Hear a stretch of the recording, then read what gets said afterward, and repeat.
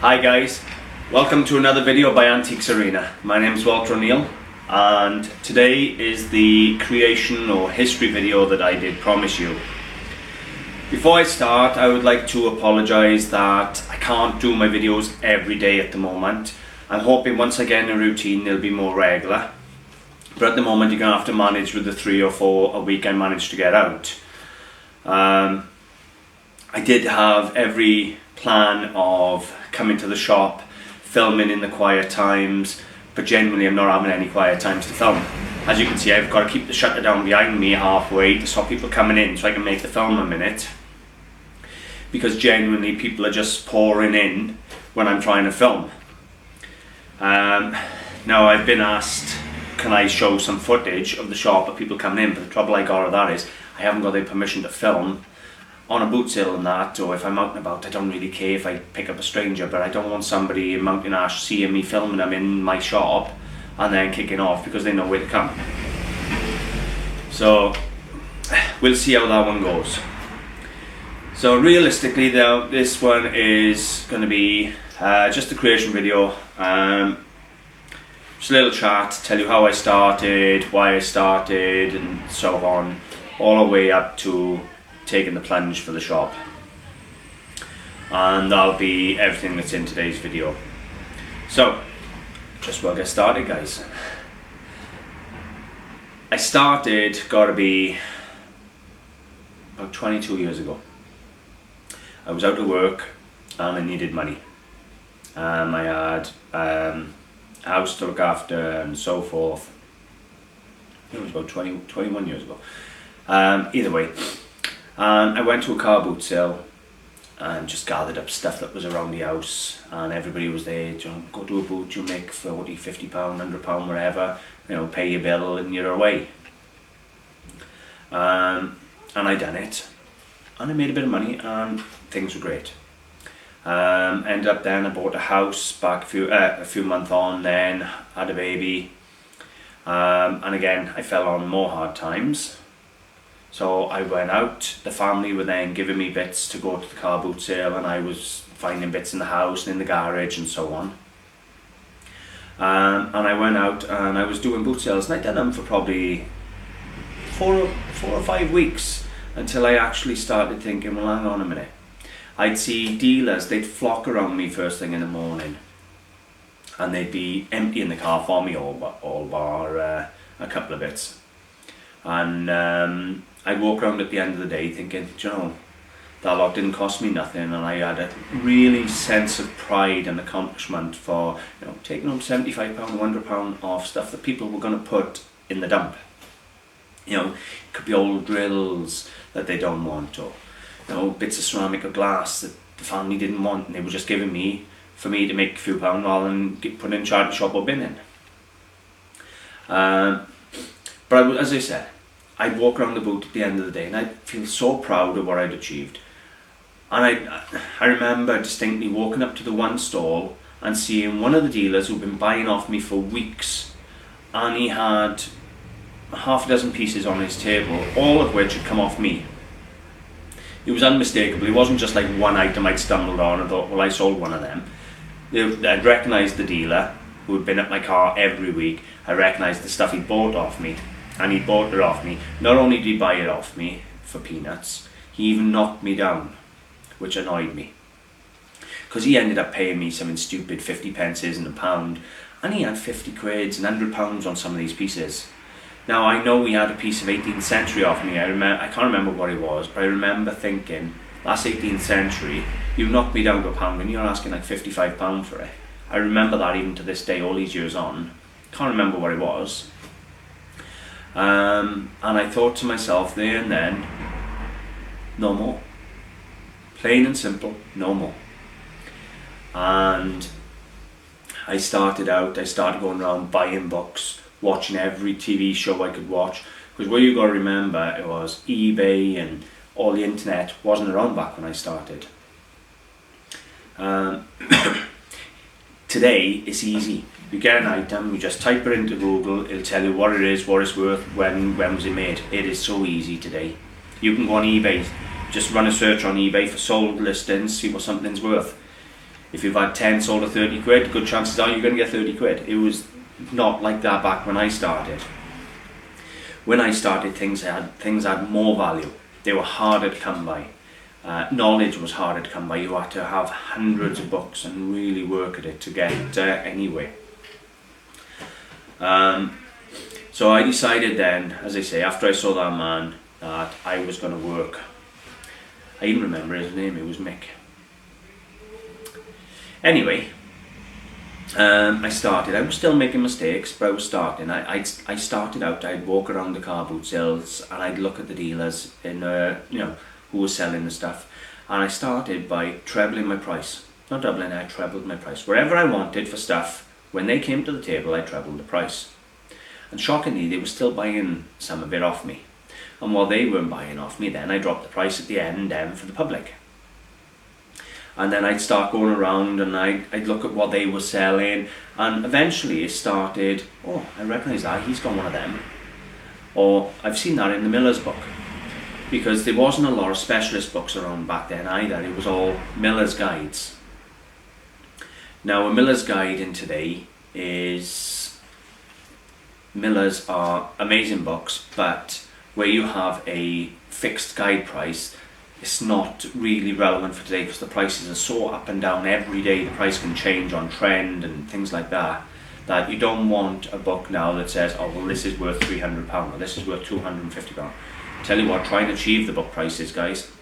I remember I bought a book on Wade and it covered every single piece of Wade they made, from whimsies all the way through to normal pottery and ceramics. And I used to sit at the car boot sale and I'd say, well, there it is in the book for £65, you can have it for 30. And that's how I used to sell. I'd use the books as selling tools, so I paid hundreds for my books. I paid £250 for a book on Whitefriars, £35 on a book on Wade. God knows what else. You've seen my library of books, and a lot of them I bought new when they came out 20 years ago, 15 years ago. A lot of money, guys. I've probably spent over the time 5 or 10,000 on books. It's only been the last 5 years or 10 years that I've been buying them on car boot sales for £1 or £2. So when they originally started, all my books, specialist books, would come in from new. I'd go into W.H. Smith and place an order for a book and be waiting for it for ages.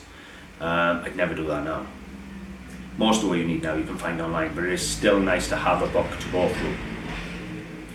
So anyway, that's how I started. I'd be looking around, going around the boot sales, and I tell you what happened then that really changed things. I became friendly with a man who was probably a year advanced than me, but very, very bright man, very switched on, and he was doing antiques. And I was doing the car boot sale, he was doing antiques. He'd have everything on his stall, from Victorian, Georgian drinking glasses. He had the very first ever heavy baluster drinking glass that I saw. Sold it for something like £300-400 back then, but now they're worth a few thousand. He had everything, you name it. People would go to him. He was the antique dealer. They'd be bringing Meissen to the car boot sale for him. So I made it my business to help him, free of charge. I'd sit there at his stall, I'd handle his stock, I'd go to antique fairs with him, and he'd go off buying and I'd watch his stall. But the entire time I was watching his stall, I was sat there handling his stuff. Now he refused to teach me, blatantly refused. He said if he teaches me, then he's just creating his own competition. So what I done, I paid for my education. I would buy a Georgian glass off him and I would say to him, right, now you tell me how this is a Georgian glass, how you know, and I'll buy the glass. And he'd be there and he'd say, well, you got to look at the snap pontle, the colour, the striations, the shape, and so on. And I'd go, fine, now I'll buy that glass. Now I know it's a real glass. And I'd go home and I'd write all that down and I'd sit there for hours just looking at a glass or a bit of porcelain. I learned the hard way, and it was a very expensive way, guys. As I say, I used to go there and I'd sit there for hours for him to go off buying, just to handle his stock and to look at his stock. And a lot of what I know now was from copying him over the years. He was a great big source of inspiration for me, as in he used to come back with unusual pieces that I'd never heard of or never seen, and I'd be thinking, wow, you just paid 50p for that. I remember he bought a spinach jade cup and a rhino horn libation cup. This particular man paid something like £16 for a Chinese plate that Christie's and Sotheby's were jumping up and down begging to have in their sale. Should have been 40 to 50,000, but it didn't work out that way, but he was good. So I learned a lot from him, and then it moved from there. I made my own contacts, years and years of dealing in collectibles and picking the odd antique up and trying to research it, and I can assure you I've lost as much money as I've made on pieces. I've bought pieces. I bought malachite glass Art Deco lady. Paid good money for her. Turns out she was a more recent version. It's alright to recognise a piece or to think you know what a piece is, but to find a genuine piece is very hard. The only way you're going to learn is by buying the stuff, taking the plunge, taking the gamble, and you'll either hit it or you won't. But eventually you'll start thinking, well, I've seen 100,000 pieces today. You see 5,000-6,000 stalls with full tables. You've seen a lot of stock. You see that every day. You multiply that by 20 years, and all of a sudden you start seeing stuff. Well, I haven't seen that before. Well, you haven't seen it before because it's obviously collectible or rare. So buy it and worry what it is when you get home. Work on that principle. Work on the principle, guys, right, that if you buy it cheap, £1 or £2, you can always sell it back on the car boot sale for a couple of pounds. And believe it or not, the stuff does come out of car boot sales. I've had an 18th century Irish cork glass decanter off a car boot sale for £5 and sold it for £1,000. It comes out of the car boot sales, it really does. Last year in Gethley Gay, I showed you, I bought a St. Louis claret jug for £5. I didn't sell it, it's still in my house, but the stuff's there. So that's how I started, if you like, and how I learned. I learned the hard way. It wasn't easy for me. Then, of course, moved on to eBay. When eBay first started, I was a little slow, if you like, getting on the eBay train. It ran for maybe 2 years before I started. I was still working the car boot sales and just couldn't bring myself to do it online. And people were making money, and I mean stupid money. I know a boy who was making 2,000 a week cash. Trust me, it was crazy money in the beginning. When eBay started, you could sell sand to the Arabs on there. It's a lot harder now. But I moved on to eBay, and I was doing a lot of auctions and antique fairs. I'd done all the antique fairs. I loved the antique fairs. Then I moved from eBay, and I had a unit up in Bath, in Bartlett Street. Now, they rent cabinets out, and they weren't cheap. They were something like £100 a week, if I remember right. It was crazy money. We used to go up there, and we'd share a large cabinet between us, and we'd pay 30-40 quid each a week. You only had to sell 1 or 2 items, and your rent was paid, and then the rest was profit, and we were doing good money out of the cabinets.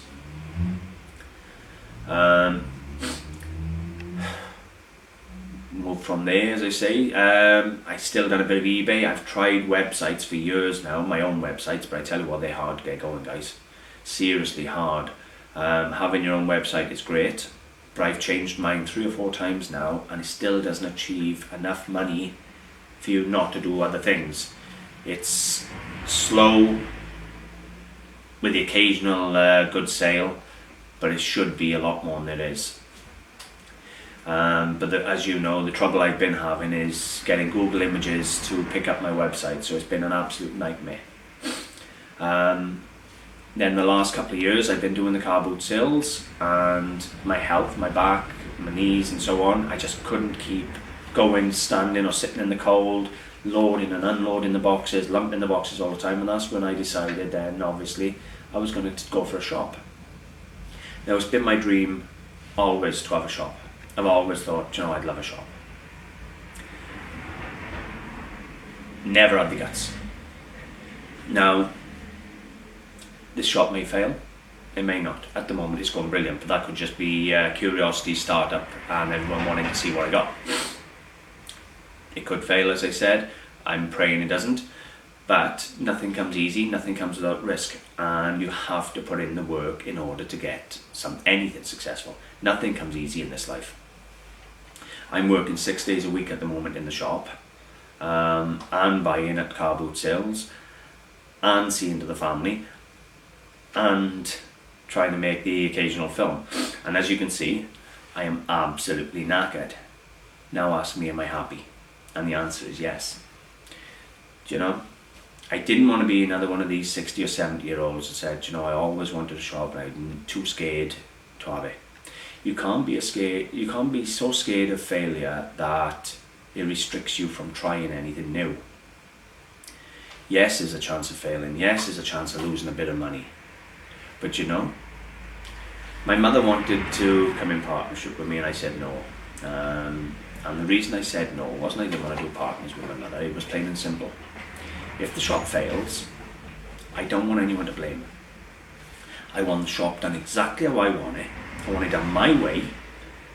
I want everything done how I want it. And then if it succeeds, it'll be because I've worked for it. If it fails, it'll be, okay, I can't blame you. Say, well, if you'd done it my way, we wouldn't have failed. It will be on my terms. If I fail, it'll be, I've done my best. I'm happy with my best. I've tried my best. And I have no regrets.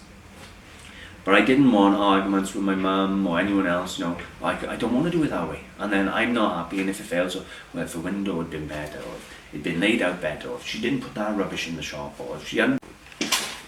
I just don't want any excuses. This will be a success or failure based on how much work I put in. As I've already said to you, I'm absolutely exhausted at the moment. But the last 6 weeks has been some of the hardest of my adult life, I'll be honest with you. Trying to juggle absolutely everything with limited sleep. I'm living on about 5 or 6 hours a night at the moment. But you know what? I don't regret it for a second, guys. I said to you the other day in a video that I knew an old man who, well, I still know him, he still does the boots. And he's done the boots all his life. And all I ever hear of him is how much he hates the boots. He've come to loathe them. He hates unpacking and setting up, and he hates the fact the dealer's going to knock him down to peanuts. He hates the fact he's freezing cold. And all I ever hear him saying is, oh, I wish I had a shop. I'd love a shop. Do you know? I worked hard. I'd done a little video showing you how hard it was to find the shop, but what you saw was a little snippet of probably 2 to 3 weeks of driving around every village, going in every estate agent, going in every empty shop. I looked at loads of shops, guys, hundreds, trying to negotiate with estate agents and landlords. Do you know, I made an offer, well, I didn't make an offer, let me rephrase that. I spoke to Apex solicitors in Aberdeen, and I actually said to them, I viewed 2 shops, and I said to them, will you please go to the landlords and ask them who will do me the best deal for a stepped rent over a long-term lease. So basically, a stepped rent is, you'll start, they wanted 7,500 a year just for the rent before the 6,000 year rates and so on. So I said, see if you can get me a deal where I do 5,000 for the first year, 6,000 for the second year, and then 7,000 or whatever for the third year and on. Just to give me a helping hand to buy the cabinets and fill it up and get it up and running and established. I said, it'll benefit the both of us. If I'm up and running and don't fail, then they got a long-term tenant and so on. It'll benefit us all. I'll be up and running. I'll save a bit of money on startup, which will ease a bit of pressure off me so that I can get going. Do you know, they didn't even get back to me. Didn't even get back to me. And no, that's not because I failed the credit scores or anything. They didn't even get that far. They simply didn't get back to me. I spoke to him.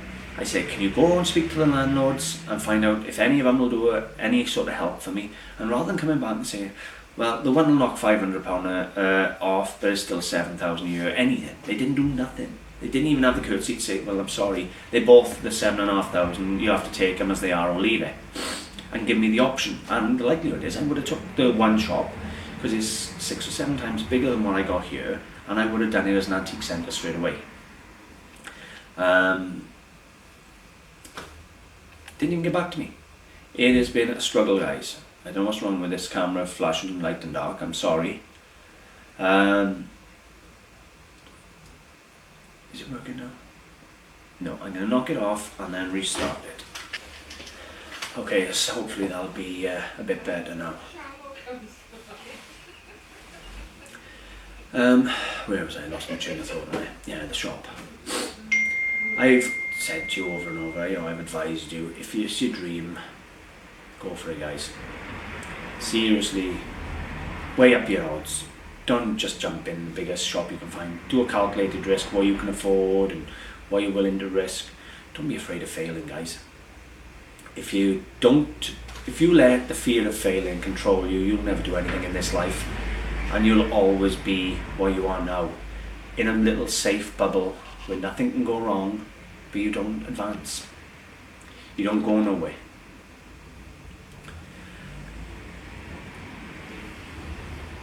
Do you know, I sit down here absolutely exhausted and I just look around and I have such a sense of pride. Yeah. I can't, no other word really says it. I'm proud to sit here. It's not a chore for me to sit in my own shop. I love it. I like talking to the people when they come in. I like the compliments where they come in and they say, wow, what a beautiful shop. I love it when they come in and say, do you know what, Mountain Ash needed this. It all, it's wonderful feelings. So far, they've been very supportive. I actually had £1,000 day last week. One day, £1,000 day. So that gives you an idea how supportive they've been lately. Really can't complain at all. Christmas is coming. I'm hoping up to Christmas will be brilliant, but I'm already expecting up to Christmas to be great because people with Christmas gifts. What I am worried about is after Christmas, if it keeps up. And by the looks of this, I'm going to have to buy a new camera because this is flickering light and dark all the time. And for those of you on the telly, I'm sorry, but it's either you'll have to put up with that for a minute or I don't make the film because this is the only camera I got. I'm going to leave it there anyway, guys. That's pretty much how I started. Started off on the boot sales, copied other dealers, worked for a dealer for nothing to learn the business. Took a lot of losses, a lot of hard work, failed a lot of times, guys. I've done antique fairs and come home minus, with no money in my pocket, actually costing me money to work and not having no sales. You have them days too. The business is wonderful. I've held pieces and owned pieces that were owned by royalty. I've had pieces of historical importance, and even now I own pieces in my own home that I absolutely idolise. When I'm gone, the kids won't care, they'll just get rid of them. But while I'm here, the pieces I have that I love bring me pleasure. And there's not many people can actually say they look forward to going to work, they look forward to their job, and they love their job. Now, having a shop does restrict you slightly.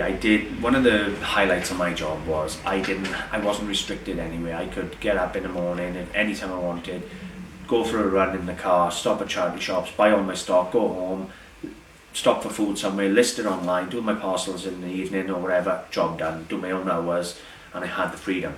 I've lost the freedom with the shop because I'm here all the time. But I could, if I wanted, have someone work in the shop for me, but I don't want to. I love the shop. I love being here. So we'll just see how it goes, guys. But that's my creation video, guys. I hope you've enjoyed it. If you have, I would appreciate a like and a share. If you're new to the channel, guys, please subscribe and leave a comment, let me know you've subscribed. You'll find me on Facebook. I have a page on the group AntiquesArena. You'll find me on eBay. Run a search by seller on eBay, AntiquesArena Clearance. And I have my own website, AntiquesArena.co.uk and AntiquesArena.com. Or come see the shop. We've already had a couple of people visit. 78 Oxford Street, Mountain Ash, Charlie Foxtrot 45 3 Hotel Bravo. Thanks for watching, guys. Bye for now.